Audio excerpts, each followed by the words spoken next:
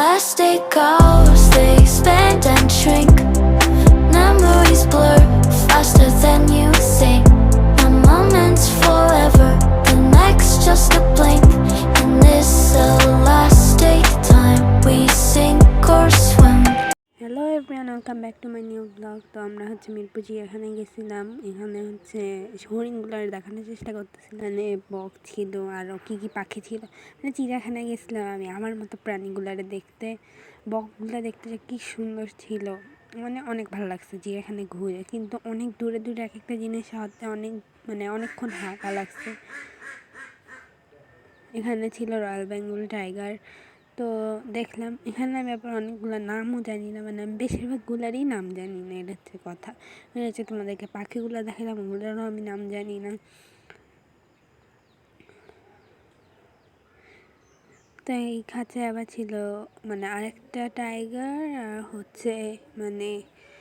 ওর বাচ্চাগুলো। এখানে ছিল অনেকগুলো কচ্ছপ, এখানে একটা কুমির ছিল। তো কুমিরটা দেখে লাগতেছিল প্লাস্টিকের, মানে কোনো নড়াচড়া করতেছিল না, পানির নিচে খালি শুয়েছিল।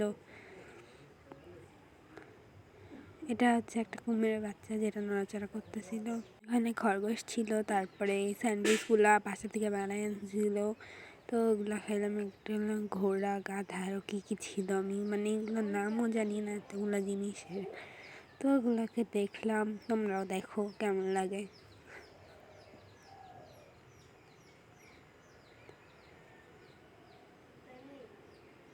এই ঘোড়াটা অনেক কাছে এসে মানুষের থেকে খাবার খাচ্ছিল, তো ওইটারই ভিডিও করলাম। জ্যাবরা ছিল, হাতি ছিল।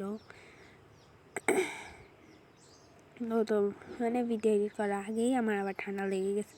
তো এখানে এটার নাম জানি কি ছিল, জিরাফ ছিল মেবি। আর এদিকে ময়ূর ছিল। ময়ূরটা মানে আমি ভিডিও করতেছি আর তখন আর পাখা মেলতেছে না, এটা মেবি উট পাখি ছিল। এখানে আবার আমরা ছোলা ভুনি খাইলাম। এখানে অনেক রকমের পাখি ছিল। এরপর আবার এই কেকগুলো বাসা থেকে বানানো হয়েছিল। ছোলা ভুনিটাও বাসা থেকে বানানো। এদিকে আবার একটা ভাল্লুক ছিল, সিংহ ছিল, গন্ডার ছিল, সাপ ছিল। সাপটা দেখে আবার এত ভয় লাগছিল, মানে সাপটা ভয় লাগার মধ্যে অনেক ভয়ঙ্কর ছিল। তো সবাই ভালো থেকে আল্লাহ হাফেজ।